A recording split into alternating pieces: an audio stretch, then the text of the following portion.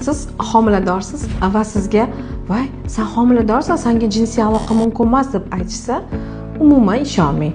Agar siz sog'lom bo'lsangiz, jinsiy aloqani homilaga umuman zarari yo'q. To'g'ri, ko'pchilik homiladorlarda jinsiy mayl xohish pasayishi mumkin. Bu albatta homiladorlik gormoni, ya'ni progesteron gormonining oshishi oqibatida jinsiy mayl susayishi mumkin. Lekin sizga agar "Voy, hadeb yotaverma, eringga yaqinlashma" desa, sizda noto'g'ri tushuncha bo'lish ehtimoli bor. Ya'ni homiladorlik paytida jinsiy aloqa homilaga zarar yoki erta tug'ruqqa yoki homila tushishiga olib kelishi mumkin degan tushuncha bo'lish ehtimoli bor. Va albatta bunda siz ginekologingiz bilan maslahatlashib, jinsiy aloqa haqida ma'lumot olishingiz mumkin. Va bilingki, ayol jinsiy aloqasi agar saqlangan holati bo'lsa, homiladorlik vaqtida uning holati va munosabatlar yaxshi bo'lganligi uchun albatta homila uchun ham ijobiy ta'sir o'tkazishi mumkin.